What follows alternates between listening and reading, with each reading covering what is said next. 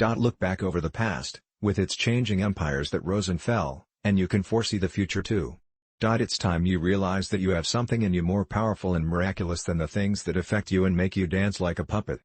Consult your friend on all things, especially on those which respect yourself.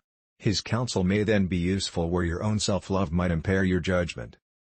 Think of the life you have lived until now as over and, as a dead man, see what's left as a bonus and live it according to nature.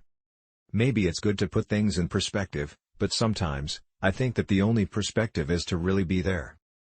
People are frugal in guarding their personal property, but as soon as it comes to squandering time they are most wasteful of the one thing in which it is right to be stingy. This is our big mistake, to think we look forward to death. Most of death is already gone. Whatever time has passed is owned by death. Everything can be taken from a man but one thing, the last of the human freedoms, to choose one's attitude in any given set of circumstances, to choose one's own way. Focus on what nature demands, as if you were governed by that alone.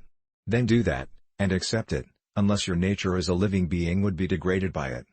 Stoicism teaches how to keep a calm and rational mind no matter what happens to you, and it helps you understand and focus on what you can control and not worry about and accept what you can't control. Produce them in your mind, as you know them from experience or from history, all just the same. Only the people different. Whatever happens to you is for the good of the world. That would be enough right there.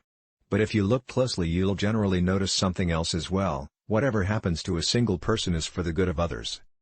Nothing, to my way of thinking, is a better proof of a well-ordered mind than a man's ability to stop just where he is and pass some time in his own company. From now on, then, resolve to live as a grown-up who is making progress, and make whatever you think best a law that you never set aside. If you want to make progress, put up with being perceived as ignorant or naive in worldly matters, don't aspire to a reputation for sagacity. Because he not only wants to perform well, he wants to be well received, and the latter lies outside his control.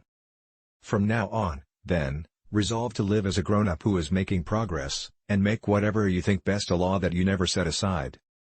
Be silent for the most part, or, if you speak, say only what is necessary and in a few words. That's why the philosophers warn us not to be satisfied with mere learning, but to add practice and then training. Where then do I look for good and evil? Not to uncontrollable externals, but within myself to the choices that are my own.